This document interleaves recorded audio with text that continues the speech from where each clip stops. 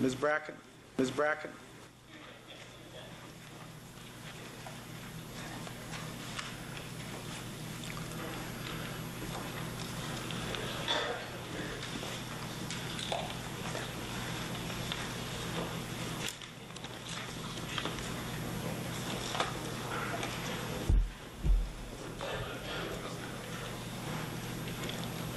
Go ahead, Ms. Bracken. Good morning. This morning I wish to address several of the plans that have been passed through the EFWAC committee. I have been participating on the EFWAC committee as a member of Durham Environment Watch. First, I will address the draft community communications plan that was recently released by the project team, and at the October 24th EFWAC meeting, the committee was given a presentation on this plan by Mr. Anello. Mr. Anello stated that the project team had already consulted with Covanta about the contents of this plan. I remarked at that meeting that it seemed to me that this plan was evolving in the wrong way, with Covanta being consulted first before the public. This plan is supposed to be and is titled the Community Communications Plan, and the public should have input on what, how, and when they need to receive information regarding the facility. I am actually not just gravely concerned, but I'm in fact outraged with the draft plan. It is supposed to be the plan to satisfy Condition 7 of EA approval. However, I urge you to read Condition 7 and then read this plan. I think anyone could see that the region's objectives and messages in this plan do not follow what was intended in Condition 7. Condition 7 was the minister's condition that dealt with making sure that there are plans for proper communication with the public regarding such things such as construction, monitoring, etc. What has happened in this plan, however, is that it has morphed into what I believe is a public relations document promoting incineration. There are even plans for school programs for that promotion. I pointed out that while the present Durham and York work staff support incineration, and the council has voted for that facility, there are many, many environmental organizations, doctors, scientists, citizens, and waste experts, and other waste departments who are opposed to it.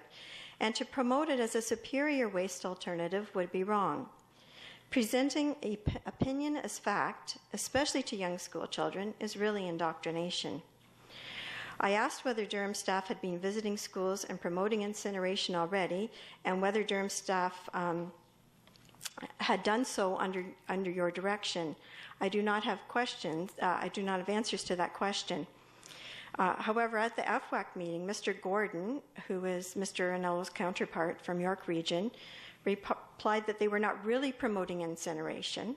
However, I pointed out, and as did others at that meeting, that the language in the document, it truly says otherwise. For instance, and this is just one example, there are more, Section 7.2 of the document even says that the two advisory committees, listing EFWAC and WMAC committees, will support, it says, quotes, will support the ongoing consultation efforts of the regions by promoting waste management initiatives, including the EFW facility. So I'm on that EFWAC committee, and that is not the function of that committee. And yet it's written in this document that we are supposed to be promoting the EFW facility.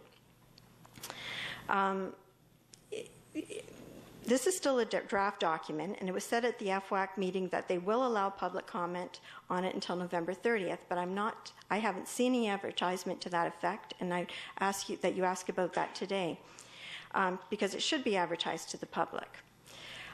Then we will have to wait and see whether the project team actually modifies the document to respond to the public comment, or whether public comment will be ignored again, and I'll speak to that with the emissions monitoring plan.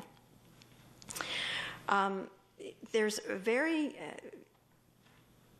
important need that what is being presented to school children, what is being delivered in education,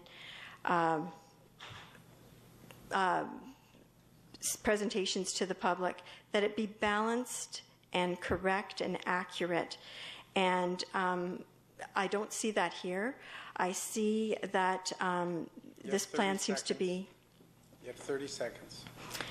This plan seems, in my opinion, this plan seems to be more in the interest of protecting and promoting the incineration industry rather than providing accurate and balanced information. And I really think that council oversight is needed here.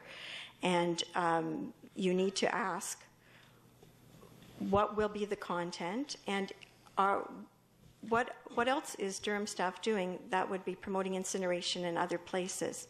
And I thank you for your time this morning. Any questions to Ms. Bracken? Councillor Diamond. Thank you, Mr. Chairman. First, let's do a glossary. EFW. Energy from Waste.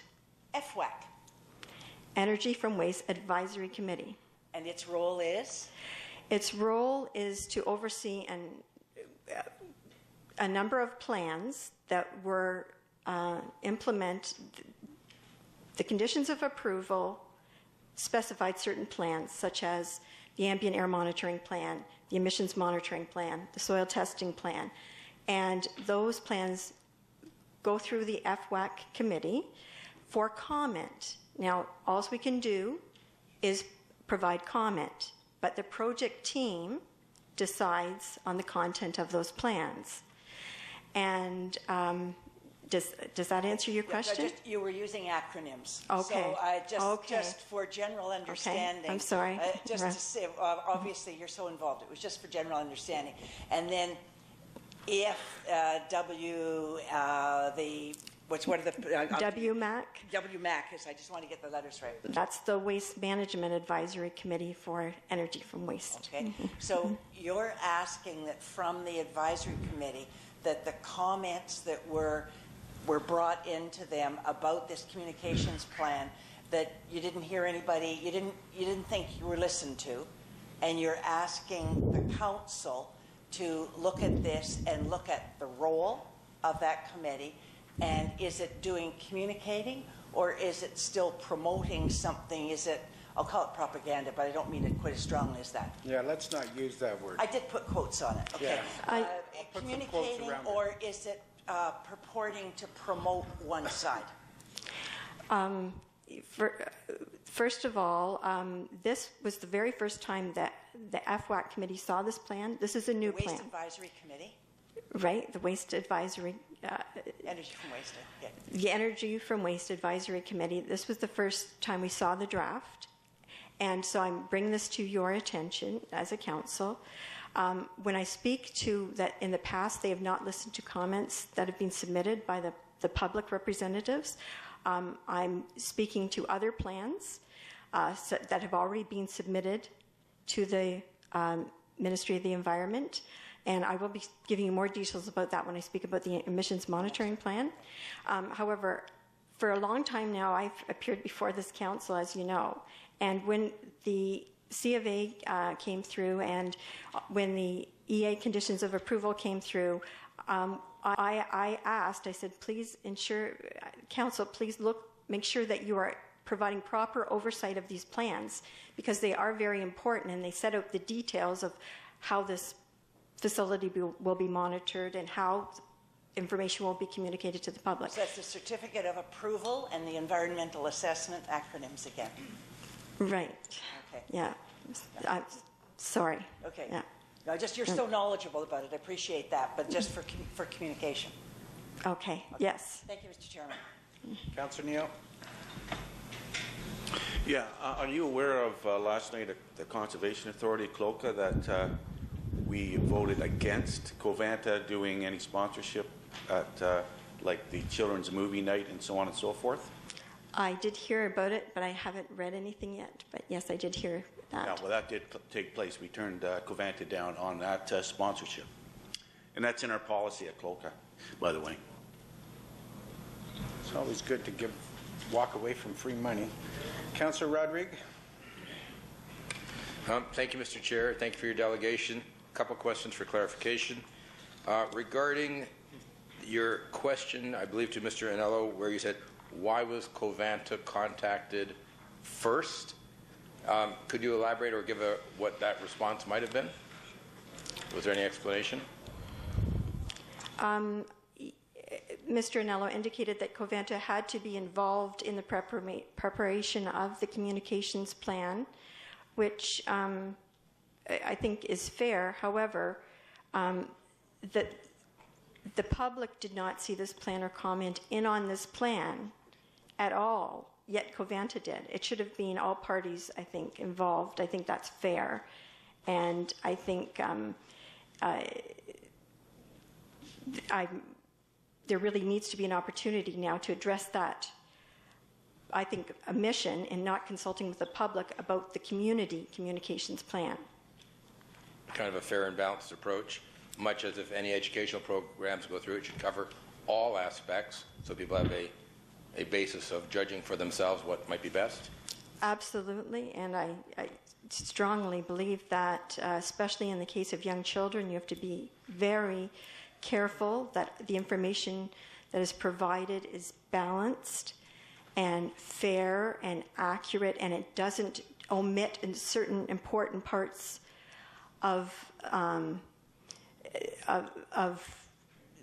the whole process. For instance, I have not seen evidence that, for instance, the monitoring that is going to be done, I do not see evidence that it has been properly and balanced. It hasn't been communicated, I don't think, in a totally fair way, and I'll speak to that when I talk about the emissions monitoring plan. Thank you. And one final question through Mr. Chair. Is, in terms of this public input by November the 30th, are you saying the public has not been informed of this in any public way yet? Or? Not that I'm aware of, other than if they attended the Energy from Waste Advisory Committee meeting, which we've been asking for in the evenings, but which is always held during, well, not always, but most often held during the day. So, how will the public be able to comment if they haven't found out about a meeting that may be occurring within a week or so? Well, they do advertise the Energy from Waste Advisory Committee meetings, but what they may not be aware of is an opportunity to they haven't come out, and to my knowledge, they haven't come out yet to formally advertise and say, we want your comments on this plan. That there's an opportunity for additional input from other people, not just committee representatives. Correct. Very interesting. Thank you very kindly for your delegation. Thank you, Mr. Chair. Thank you. Anyone else?